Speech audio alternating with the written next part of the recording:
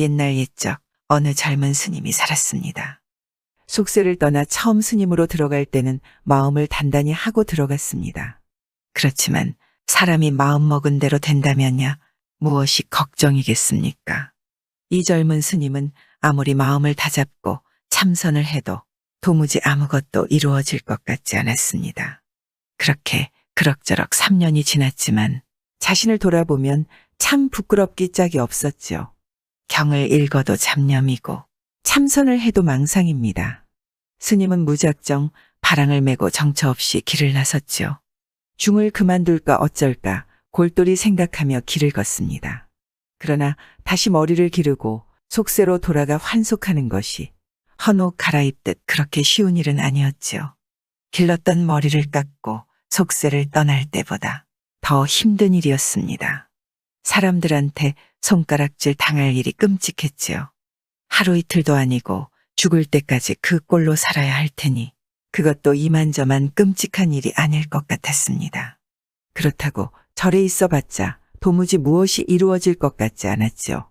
스님은 이산저산 기웃거리며 길을 가다가 한 나무 아래에 앉아 쉬고 있었습니다. 그때 저쪽에서 두 여인이 걸어오는 게 보입니다. 부잣집 처녀로 보이는 아가씨와 그 어머니로 보이는 여인들 같았죠. 두 여인은 천천히 걸어와 스치듯 스님 앞을 지나쳐 갔습니다. 그런데 그 순간 스님은 처녀를 보자 눈이 퉁방울만해졌죠. 아, 이 얼마나 어여쁜 여인이란 말입니까? 얼핏 하늘에서 내려온다는 선녀가 아닐까 싶을 지경입니다. 스님은 그 자리에 우두커니 앉아 처녀의 뒷모습만 멍청하게 건너다보고 있습니다. 야속하게도 모녀는 저쪽 동네로 사라져버렸지요. 멍청하게 앉아있던 스님은 한참 만에야 일어나서 가던 길을 다시 걷기 시작했습니다. 그런데 이젠 그 예쁜 아가씨를 보기 전과 같지 않았죠. 스님 눈에는 그 처녀 얼굴만 어른거립니다.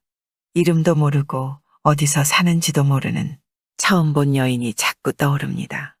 그 뒤부터는 염불을 해도 그 처녀 얼굴이 보였지요.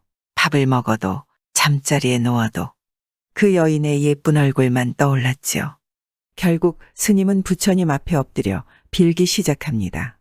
그 처녀와 부부가 되어 함께 살게 해달라는 것이었죠.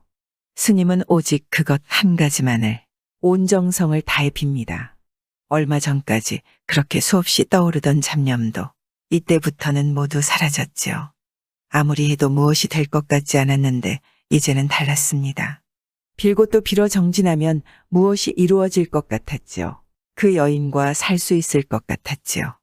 한 달, 두 달, 1년, 날이면 날마다 새벽부터 밥중까지 그 처녀와 함께 살게 해달라고 빌고 또 빕니다.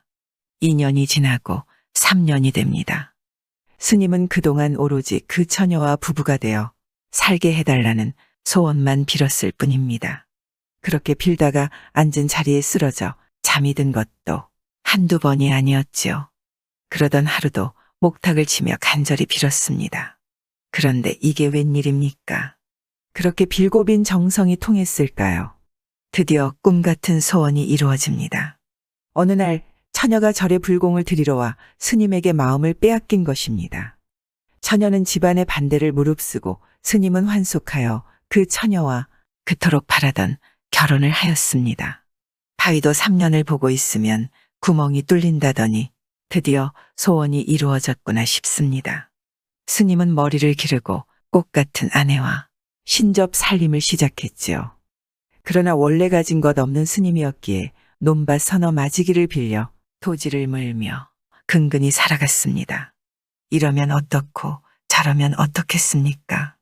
근근이라도 굶지 않고 살아갈 수 있으니 더 바랄 것도 없었지요. 꿈 같은 소원이 이루어진 다음이라 스님은 세상 행복하기만 합니다. 어느덧 아내가 아이를 낳았습니다. 떡두꺼비 같은 아들이었지요. 아이가 생기니 집에는 둘만 있을 때보다 더 활기가 돋습니다. 둘만 있어도 좋았지만 셋이 되니 더 기뻤지요.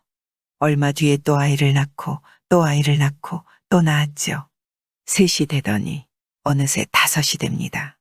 자식이 생기니 기쁨도 배가 되었지만 자식이 많아지니 마냥 기쁘지만은 않았습니다.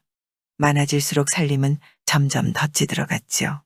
옷 한 벌 제대로 입힐 수 없고 먹기는 말 그대로 굶기를 밥 먹듯 했지요. 부부는 허리가 휘도록 뼈가 으스러지도록 일을 합니다. 그래도 도무지 가난을 벗어날 수가 없었죠. 아내의 얼굴은 더 이상 곱지 않습니다. 새벽부터 농사일에 찌들고 또 저녁에는 밤늦게까지 바느질을 하느라 얼굴에 기미가 가득하고 맑고 예쁘던 눈도 비온 날 지팡이 자국처럼 생기가 없었죠. 이런데 견뎌낼 사람이 있을까요? 아내는 결국 시름시름 앓다가 자리에 눕습니다. 그렇지만 부인을 위해 해줄 수 있는 게 없었죠. 의원을 데려올 수나 있나, 약 한 첩 지울 수 있나, 돈 한 푼 없으니 말입니다. 다행히 큰 병은 아니었던지 여러 날 만에 자리에서 일어났지요.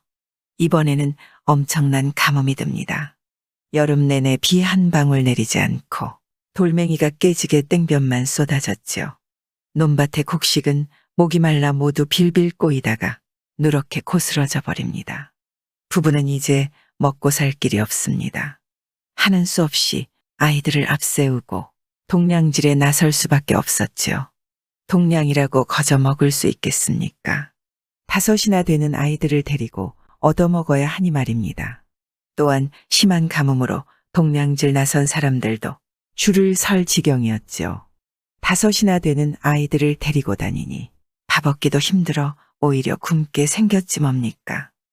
허탈하게 앉아있던 아내가 여보, 아이들을 둘씩 나누어 따로 다닙시다. 합니다. 아내 말에 사내는 힘없이 고개를 끄덕입니다. 부부는 눈물을 흘리며 아이들을 데리고 헤어졌지요. 부부는 아이들 손을 잡고 조금 가다 돌아보면 울고 또 보며 옵니다. 평생 소원이던 예쁜 여인과 부부가 되었는데 헤어지니 고통스럽습니다. 너무 서럽게 울던 사내는 그만 길가에 쓰러지고 말았죠. 그렇게 한참 만에 눈을 뜹니다. 그런데 눈앞에는 엄청나게 큰 사람이 앉아 있었죠. 황급히 눈을 비비고 다시 봅니다. 사내는 너무 놀라 움직이지도 못했죠. 바로 자신의 앞에 있는 큰 사람은 부처님이었습니다. 그런데 이게 웬일입니까? 얼마 전에 부처님께 빌던 법당의 그 자리에서 자기가 가사를 입고 있습니다. 아이고, 부처님. 그동안 그렇게 고생하며 산 것이 모두 꿈이었네요. 스님은 엉엉 울며 새삼스럽게 부처님께 절을 합니다. 한 자리, 두 자리, 세 자리 계속 절을 합니다. 그 다름으로 3000자리를 했지요. 한때 잡념에 사로잡혀 속세를 그리워하며 방황하던 젊은 스님은 어떻게 되었을까요? 자신이 꾼 꿈이 부처님의 조화인 줄 깨닫고 정진의 정진을 거듭하여 큰 스님이 되었다 합니다. 실제 조선 후기에는 절 문 앞에서 방황하는 사람들이 엄청나게 많았다고 합니다. 배고프고 세상이 어지러워 중이 되던 시절인지라 스님이 되어도 마음을 잡지 못했다고 합니다. 살다 보면 자신의 앞날이 안개 속 같아 아무것도 보이지 않을 때가 있기 마련이죠. 그런 고민과 방황을 거쳐야 비로소 보이나 봅니다.